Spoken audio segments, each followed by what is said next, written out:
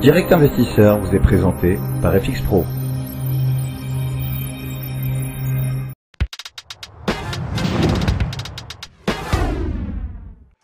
Direct Investisseur, la suite avec une journée placée sous le signe de l'euphorie. On reste dans le vert avec un CAC toujours en hausse, plus 1,3%, 4860 points actuellement.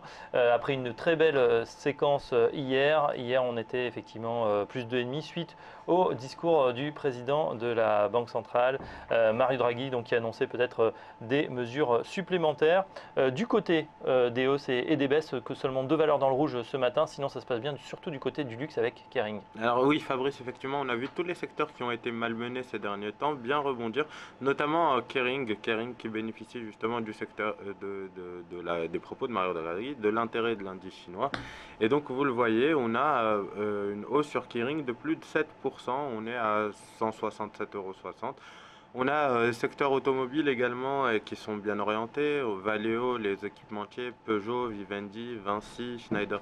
Ce sont toutes des valeurs qui bénéficient justement des propos de Mario Draghi. On a vu effectivement qu'on avait la majorité des valeurs du CAC 40 qui étaient dans le vert ce matin. Ouais, avec des banques aux alentours de plus 1,30 à plus 1,5. Marc Daguerre nous a rejoint, Marc Daguerre de DT Expert. Bonjour Marc.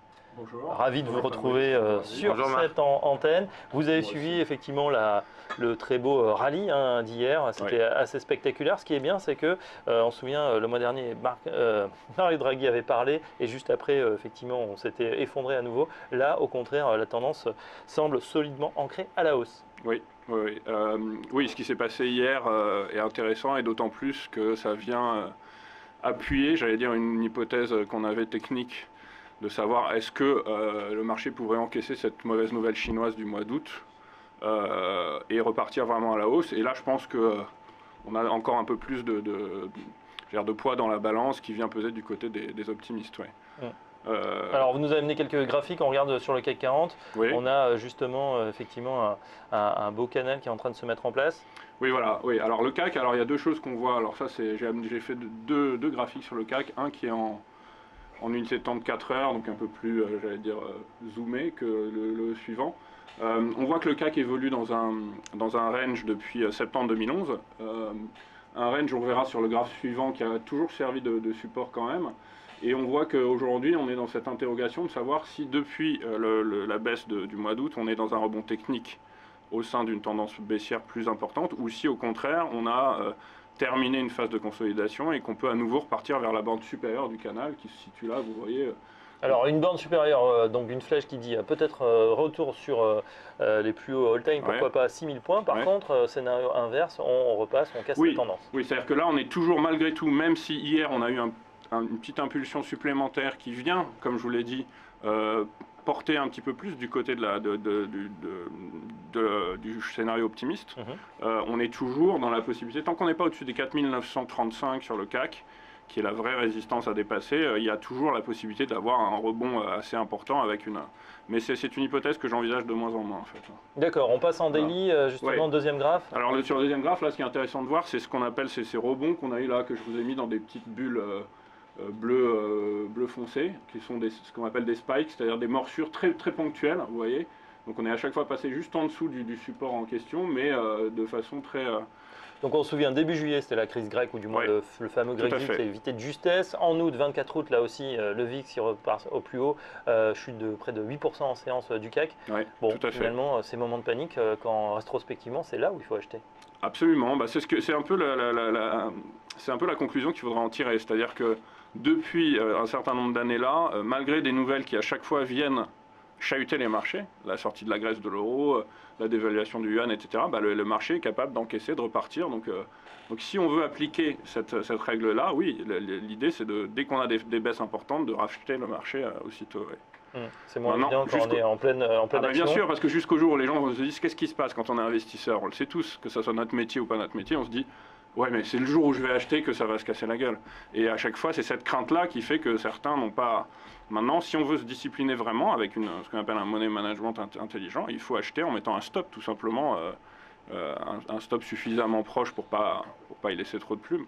Mais oui, le risque, il est En toujours fait, là. l'angoisse, c'est de se dire, est-ce qu'on n'est pas du tout dans une nouvelle configuration 2 minutes 2011 où il y a eu une première séance de baisse, une deuxième, une troisième, et puis ça continue, et du coup, même si on a racheté à moins 10,20%, derrière, il y a Ah oui. encore de la marge. Ah oui, c'est ça. Ah oui, oui, c'est toujours de toute façon, c'est toujours comme ça, hein. Quelle que soit l'unité de temps que vous regardez, quand vous jouez en bourse, le risque, c'est toujours de se dire, selon l'échelle de temps que vous jouez, qu'est-ce que j'ai comme possibilité comme risque vers le bas, en fait. Alors en tout cas, il y a un actif évidemment Oui. qui a aussi fortement réagi au discours de Mario Draghi, c'est bien sûr l'euro, dollar en particulier, qui a fait un brusque à-coup à la baisse alors Oui. qu'il était plutôt revenu dans une tendance assez haussière. Alors oui, alors là j'avais aussi sélectionné 2 paires en euros, effectivement. Donc il y a l'euro-dollar. Alors l'euro-dollar, qu'est-ce qui se passe? Il se passe que depuis ce point bas là, qui était autour des 1,05 à l'époque où on était en pleine, vous vous souvenez, depuis l'été, ce fameux été où à la fois on a eu la chute du pétrole et la reprise du dollar. On se demandait tous si on allait atteindre la parité, etc., ce qui n'a pas été le cas. Et depuis, on est dans un rebond, mais un rebond qui lui aussi est très poussif, hein. Là, je vous l'ai mis au sein ce qu'on appelle un drapeau, hein, un flag, comme ça, qu'on voit en bleu foncé là sur le graphique. C'est-à-dire quoi poussif? C'est-à-dire que ce n'est pas un rebond très net, c'est un rebond dans lequel les vagues de baisse viennent corriger entre 80 et 90% de la vague de hausse précédente. Si jamais l'euro-dollar venait à passer sous la borne inférieure de ce drapeau, il y a de forts risques qu'on revienne sous les 1,04, autour des 1,04. C'était votre théorie, je me souviens, vous étiez sur ce plateau en début d'année, vous étiez un fervent partisan d'un retour à la parité. Oui. C'est vrai que c'est un scénario qui s'était un peu éloigné avec les tergiversations de la Fed, de Draghi. Là, du coup, c'est vrai qu'on perd quand même plusieurs figures, hein, de 1,14 à 1,11. Hein, c'est beaucoup en termes oui, tout à fait. De trading pour tous les cambistes. Et si la tendance se poursuit, selon vous, est-ce qu'on pourrait revenir par exemple à des niveaux autour de 1,04, 1,05 qu'on avait tenu une grande partie de l'année? Ça, oui, ça, je pense vraiment qu'on peut revenir sur ces niveaux-là. De là, savoir si on va à la parité, ce qui me dérange moi aujourd'hui, c'est que j'ai un canal de long terme sur l'euro-dollar et que la borne inférieure du canal est pour l'instant encore légèrement au-dessus de la parité. Mais si les tergiversations continuent, on peut à un moment, si on peut revoir le graphe 2 minutes, comme ça je vais expliquer, ça sera plus... Voilà. Vous voyez là, la borne inférieure du canal en bleu ciel, plus on avance dans le temps, plus elle diminue forcément, puisque le canal est légèrement descendant. Donc au bout d'un moment, cette borne va finir par atteindre le niveau de la parité à 1 euro contre 1 dollar. Dans un premier temps, c'est pour ça que j'ai préféré mettre un support sur les 1,04 qui correspond aujourd'hui à la borne inférieure du canal en question. Mais à terme, si les tergiversations continuent, au bout d'un moment, cette borne va effectivement correspondre avec la zone de parité. Donc oui, je resterai plutôt prudent sur les paires en euros en général et sur l'euro-dollar en particulier. Un autre graphique que vous aviez? Oui, alors là, oui, parce que je trouvais que c'était encore un peu plus marqué que l'euro-dollar, c'est l'euro contre la livre anglaise, l'euro GBP. Là, c'est pour vous donner une vision de long terme, on voit que l'euro GBP est sorti à la baisse de son canal qui est ici matérialisé en bleu ciel. Il y avait également un niveau, ce qu'on appelle une borne de polarité, que j'avais mis en rouge là sur les 0,72,6 qui a elle aussi été enfoncée, même si on est un peu en train de revenir autour de cette zone-là.